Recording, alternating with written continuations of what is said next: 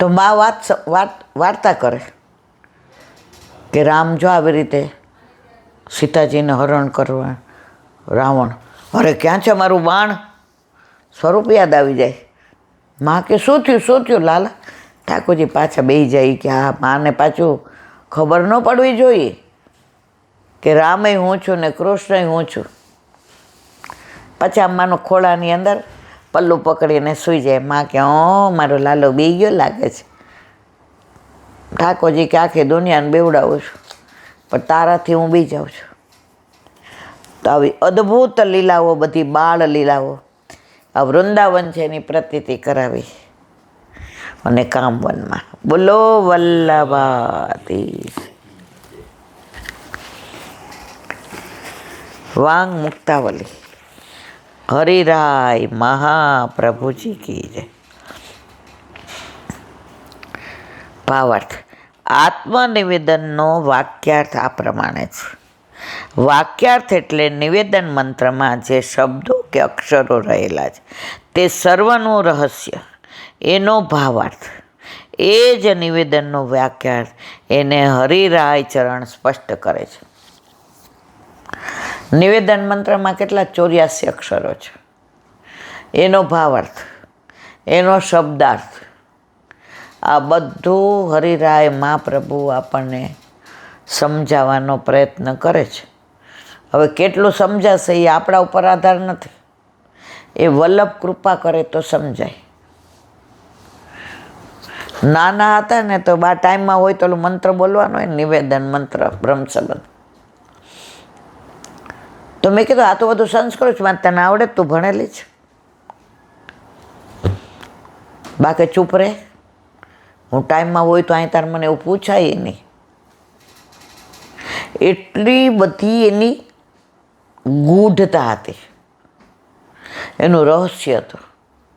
અત્યારે બધું ઓપન થઈ ગયું છે. ત્યારે હાથથી લખીને આપ્યો હતો ગુરુદેવે કે પ્રિન્ટિંગ ન થાય. હજી મને લાગે હશે.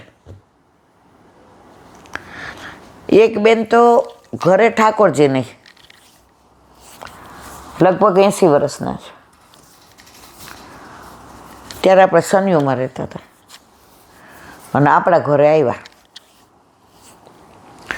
મેં કીધું હવે આવ્યા છો તો પ્રસાદ લઈને જાઓ, ભોગ હમણાં જ સરાવ્યો છે. કેટલું કીધું કે સારું. મને કે તારી હારે બેસીશ. મેં કીધું મારે વાર લાગશે કારણ કે મારા મિસ્ટરને આકાશને આવી જાય, એ લોકો પ્રસાદ લઈ લે ને હું રોટલી ગરમ ઉતારું એટલે પછી એને ચાવવાની તકલીફ હતી. ચોકઠું કરાવેલું હતું, ફિટ નહોતું થતું એટલે ઓલા પેઢાથી ને રોટલી બોળીને મને કે એલા તને નહીં ગમે બધું, મારે તો રોટલી બધું ચોળવું. મેં તો મને બધું ગમશે, મારી માં હોય તો હું. મેં કીધું ના. હવે પ્રસાદ લઈને મને કે થોડી વાર આરામ કરું, તડકો ઓછો થાય એટલે જાઓ. મારે જે વાત કરવી છે અંધશ્રદ્ધાની તે આ છે. હવે એના ઘરે ઠાકોરજી ન બિરાજે, બરાબર. ત્યાં લેન્ડલાઇન ઉપર, ત્યારે મોબાઈલ નહોતા, એના દીકરાનો ફોન આવ્યો કે ફલાણા એક્સપાયર થઈ ગયા છે તો તું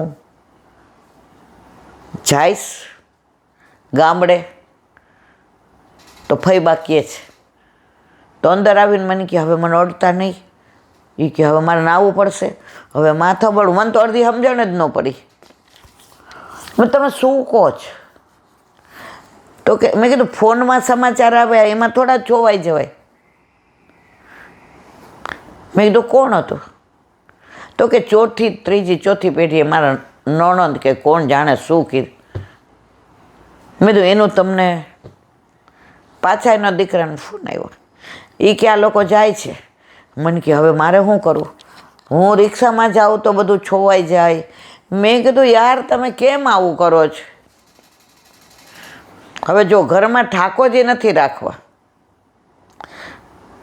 અને અપરસો એટલી પાડે. મેં તો આ વર વિનાની થોડું લાજ, આપણે પરણ્યા ન હોય અને કોકનો વર કે જેઠ આવે તો આપણે લાજ કાઢીએ છીએ. કોઈના સાસુ સસરા આવે તો લાજ. આપણા તો લગ્ન જ નથી થયા. તમે તો તમારા તો લગ્ન જ નથી થયા, તમે ઠાકોર હે એવું કેમ કહેશ? મેં તો તમારા લગ્ન અલૌકિક થયા, તમે સાસરે ગયા છે.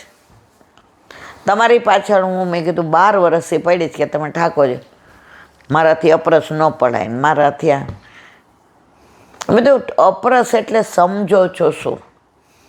પણ એ જૂના માણસો માયના જ નહીં, લીલામાં પહોંચી ગયા ત્યાં સુધી ઠાકોરજી ના પધરાવ્યા.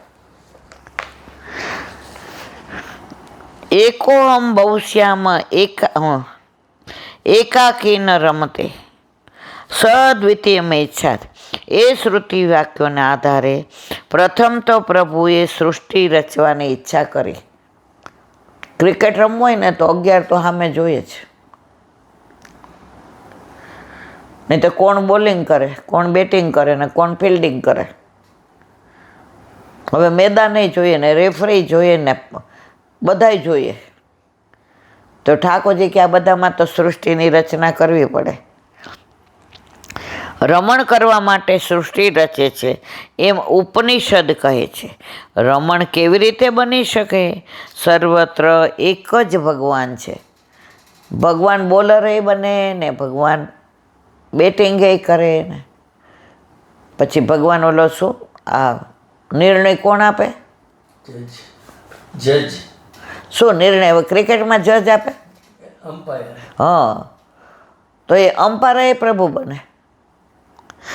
ભગવાન સાથે રમણ કેમ કરે એ શંકા થતાં શ્રુતિ કહે છે પ્રભુ પોતે રમણ કરવા બહુ રૂપે થાય છે. આ કીડીમાં જેટલા ભગવાન છે એટલા આપણામાં છે, સિંહમાં છે એટલા ગાયમાં છે, બધામાં. આપણે આની પહેલાં શરૂઆતમાં ભાવનો જોઈ ગયા કે બધામાં ઠાકોરજી બિરાજે છે. આત્મા સૌ પરમાત્મા. સૃષ્ટિ રચવા માટે પોતાનામાંથી જ અનેક જળ જીવાદી પ્રગટ કરે છે. જીવો સ્વસ્વરૂપ હોવાથી સૃષ્ટિ કરવાની પ્રભુ જ્યારે ઈચ્છા કરે છે ત્યારે એ જીવોને પોતાનાથી જુદા કરે છે. આપણે યમુનાજીની લોટી ભરી આવીએ.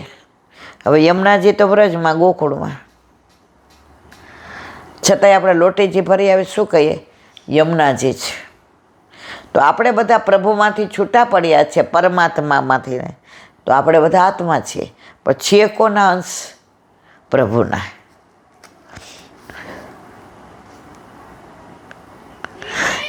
જ્યારથી ભગવત અંશ જીવો જુદા થાય છે ત્યારથી પ્રભુથી એવો વિખૂટા પડે છે. પ્રભુનો વિયોગ પ્રાપ્ત થાય. જુદા પડ્યા ત્યારથી પ્રભુનો સંબંધ છૂટ્યો અને વિયોગ જ રહ્યો. ભગવાનથી વિખૂટા થયા તો પણ એવોને તાપ ક્લેશ નથી થતો. ભગવાનને આપણે યાદ આવીએ છીએ, આપણને ભગવાન યાદ આવતા નથી. વિયોગ હોય તો તાપ ક્લેશ થવો જોઈએ, પરંતુ વિયોગ હજારો વર્ષોનો વિયોગ હતો છતાં જીવોને લેશ પણ પ્રભુને મળવા માટે તાપ કે ક્લેશ કાંઈ થતું નથી. કારણ શું? કારણ એ જ કે પ્રભુનો સંબંધ નથી. આપણો દીકરો 25 વર્ષથી અમેરિકા ગયો હોય, ન ફોન હોય, ન આવે, ન સમાચાર આવે, પણ સંબંધ રહે. તો કરોડો વર્ષોથી વિખૂટા પડ્યા છે. પ્રભુ આપણને ઓળખે છે, પણ આપણે પ્રભુને ભૂલી ગયા છે. જ્યારથી વિખૂટા પડ્યા ત્યારથી પ્રભુ સાથેનો તાર તૂટ્યો, સંબંધ છૂટ્યો. હવે પ્રભુના વિયોગને લઈને થવો જોઈએ તાપ ક્લેશ ક્યાંથી થાય? 25 વર્ષ થઈ જાય પછી દીકરાનો એટલી યાદ ના આવે જેટલી એ ગયો હોય ત્યારે યાદ આવતો હોય. થોડો પણ પ્રભુનો સંબંધ રહ્યો આવતો હોય તો એવોને પ્રભુનો વિયોગ સાંભળી આવે અને પ્રભુની પ્રાપ્તિ માટે આરતી ઉદ્ભવે. સમૂળગો સંબંધ જ્યાં નથી ત્યાં પ્રભુ પ્રાપ્તિ માટે તાપ ક્લેશની ઉત્પત્તિ ક્યાંથી થાય? તાપ ક્લેશ કેમ નથી થતો? ભૂલી ગયા છીએ પ્રભુને. આપણું સ્વરૂપ ભૂલી ગયા, ઠાકોરજીનું સ્વરૂપ ભૂલી ગયા. ક્યાંથી આવ્યા, ક્યાં જવાના, શું કર્તવ્ય, બધું ભૂલી ગયા. સંસારમાં ચરસાણી થઈને ફરવા માંડ્યા. કોઈ આવે, હાલો ઈલાબેન અંબાજી આરતી કરો, હાલો હાલો ઈલાબેન સોમવાર છે મહાદેવ જળ ચડાવવા, હાલો. પણ બ્રહ્મ સંબંધ દ્વારા વલ્લભે આપણો સંબંધ ફરી સ્થાપિત કર્યો. હવે કોઈ બોલાવવા આવે? હવે જળ ચડાવવા જઈએ? કેમ? વલ્લભે આપણને આપણું મૂળ સ્વરૂપનું જ્ઞાન આપી દીધું. વલ્લભ મારા કાનમાં કઈ કઈ ગયા, શ્રી વલ્લભ મારા કાનમાં કઈ કઈ. હું ક્યાં હતી ને ક્યાં મને લઈ ગયા, ક્યાં હતી ને ક્યાં મને લઈ ગયા, શ્રી વલ્લભ મારા કાનમાં કઈ કઈ ગયા. અષ્ટાક્ષરનો મંત્ર મુજને દઈ ગયા, બ્રહ્મ સંબંધના દાન મુજને દઈ ગયા, શ્રી વલ્લભ મારા કાનમાં કઈ કઈ ગયા. સેવા રૂપી શાન મુજને દઈ ગયા, સેવા રૂપી જ્ઞાન મુજને દઈ ગયા. સત્સંગ રૂપી ચાવી મુજને દઈ ગયા, સત્સંગ રૂપી ચાવી મુજને દઈ ગયા, શ્રી વલ્લભ મારા કાનમાં કઈ કઈ ગયા. વલ્લભને ચરણે સખીઓ વિનંતી કરે, તાળાની કુંજ ધામના ખુલી ગયા, તાળાની કુંજ ધામના ખુલી ગયા, શ્રી વલ્લભ મારા કાનમાં કઈ કઈ. આપણે ક્યાં હતા? અને બ્રહ્મ સંબંધ દ્વારા ઠાકોરજી ઘરમાં નહોતા ત્યારે આપણે કેવા હતા? ખાલી એક સેકન્ડ પર તો વિચાર કરીએ. અને પ્રભુ ઘરમાં પધાર્યા. ગોકુળ ગોકુળ ગોકુળ. પ્રભુ ઘરમાં નહોતા તો દોષ દેખાતા બધા એમાં. હવે એમ થાય પહેલાં વૈષ્ણવ મારા ઘરના. કાંઈ મનમાં થોડી વૈમનસ્ય આવે એટલે તરત એમ કે મારા પ્રભુને આવી લીલા ગમે છે, કરણમ મધુરમ. આ બધી વ્યથા કેમ વહી ગઈ? આ કથારૂપી સત્સંગ અને સ્વરૂપ સેવા. બોલો વલ્લભાતી. દયારામભાઈના ચંદ્રાવલા ભક્તિ પોષણ.